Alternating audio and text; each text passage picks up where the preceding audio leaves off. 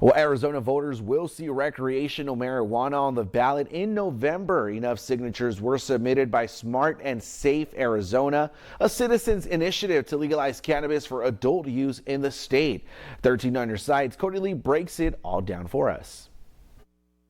Good evening, Christian. So the question tonight is, what happens if Proposition 207 is passed on November 3rd? There is a list of conditions that come along with a yes vote.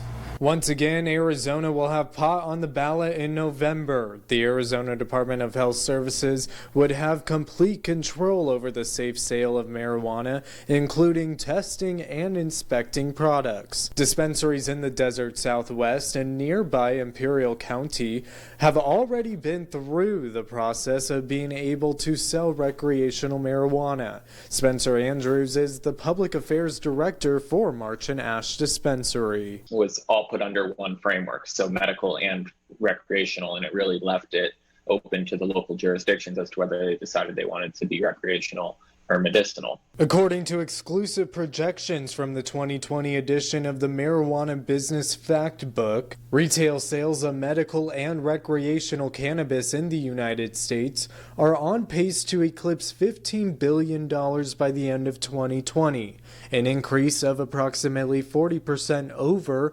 2019 sales figures. From what we understand and from what we understand of our customers, they prefer recreational. It's a lower barrier to entry, and they don't have to sign up with anything. A lot of the customers that are coming that might be skeptical of signing up their name to a list, not wanting for fear of, perhaps maybe losing their job. Another stipulation, if passed, generating in upwards of $300 million annually in new revenue. That money would be dedicated to community colleges, public safety, public health programs, and roads and highways. Prop 207 would also give the state and local health departments millions of dollars annually for addiction prevention and other treatment programs. I'd imagine there's a lot of lessons to be learned from looking at states like California and Colorado and Oregon and Washington, who kind of paved the way with recreational cannabis. And we've reached out to city and county officials to see how they feel about the potential tax revenue,